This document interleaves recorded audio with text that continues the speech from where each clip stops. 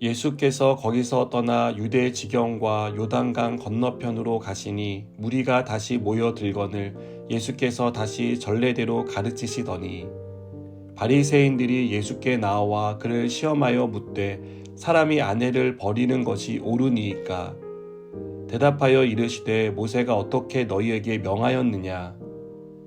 이르되 모세는 이혼 증서를 써 주어 버리기를 허락하였나이다.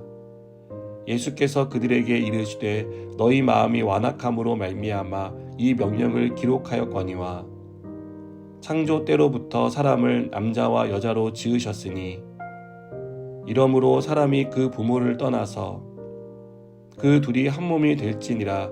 이러한즉 이제 둘이 아니요 한 몸이니 그러므로 하나님이 짝지어 주신 것을 사람이 나누지 못할지니라 하시더라.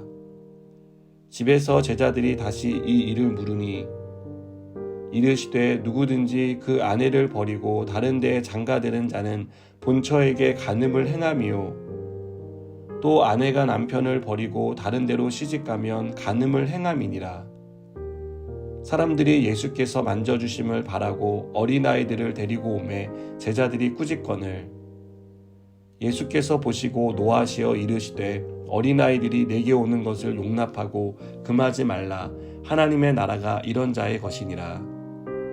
내가 진실로 너희에게 이르노니 누구든지 하나님의 나라를 어린아이와 같이 받들지 않는 자는 결탄코 그곳에 들어가지 못하리라 하시고 그 어린아이들을 안고 그들 위에 안수하시고 축복하시니라. 아멘. 바리새인들은 예수님이 모세의 율법에 반하는 것을 가르치고 있다는 것을 드러내려고 했습니다.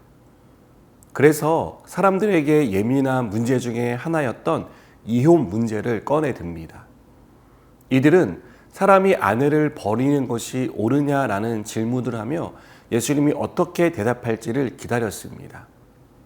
당시 유대교는 이혼을 할 수 있느냐 없느냐는 문제로 생각하지 않았습니다.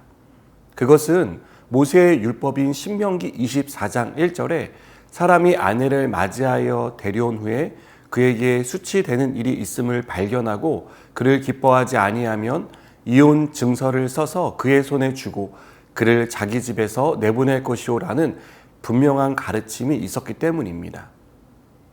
유대교 안에는 여러 학파들이 있었는데요. 이 구절에 나온 수치되는 일을 놓고 각자 해석이 달랐습니다.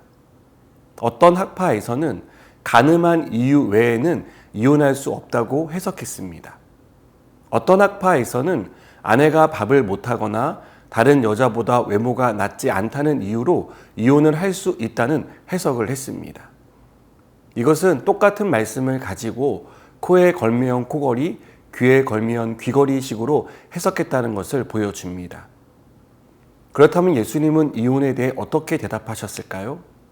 첫째는 하나님이 남자와 여자를 창조하셨다는 사실을 강조합니다. 둘째는 하나님이 두 사람을 부부로 맺어주셨다라고 말합니다. 그리고 셋째로 하나님이 짝지어 주신 것을 사람이 임의로 나눌 수 없다고 말씀합니다. 예수님은 하나님의 율법을 자기 입맛에 맞게 해석하고 적용하는 사람들에게 하나님이 이혼에 대한 규정을 주신 것은 그런 의미에서 주신 게 아니라고 말씀하신 것입니다. 그러자 바리새인들은 예수님이 모세의 율법을 거스르고 무시한다는 사실을 부각시키기 위해 이혼에 대한 가르침이 다른 사람도 아닌 가장 권위 있는 사람 중에 하나였던 모세의 말임을 다시 한번 강조합니다. 예수님이 모세보다 권위 있는 사람이냐라는 반문이자 모세의 말은 반박할 수 없다는 뜻이었습니다.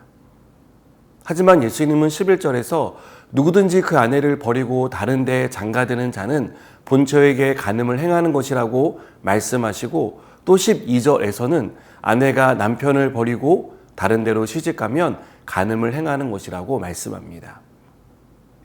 오늘 이 말씀에서 우리에게 주는 교훈이 있습니다. 하나님이 우리에게 주신 율법, 말씀은 우리의 입맛에 맞게 사용하라고 주신 어떤 재료가 아닙니다.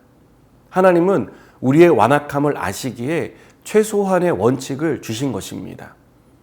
이혼 증서만 쓰면 이혼할 수 있다고 말씀하신 게 아니라 하나님이 맺어주신 관계임을 명심하고 서로를 귀하게 여기라는 것이었습니다.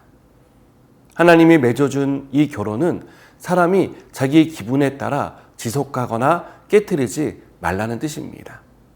그런데 왜 사람들은 하나님의 의도에서 벗어나려고 하는 것일까요?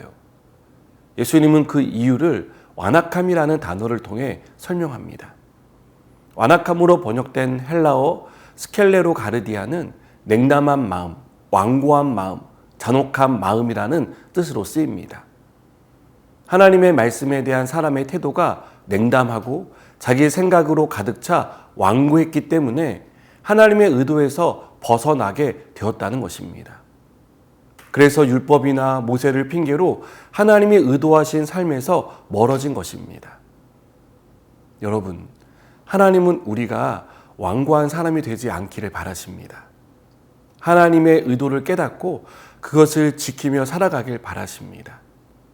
저는 우리가 하나님의 마음을 더 깊이 깨닫고 말씀에 순종하며 사는 사람이 되었으면 좋겠습니다. 기도하시겠습니다. 하나님 아버지, 우리에게 주신 하나님의 말씀을 마음에 새기며 살아가게 하시고 그 말씀이 우리의 삶에서 드러날 수 있도록 은혜 베풀어 주시옵소서. 예수님의 이름으로 기도드립니다. 아멘.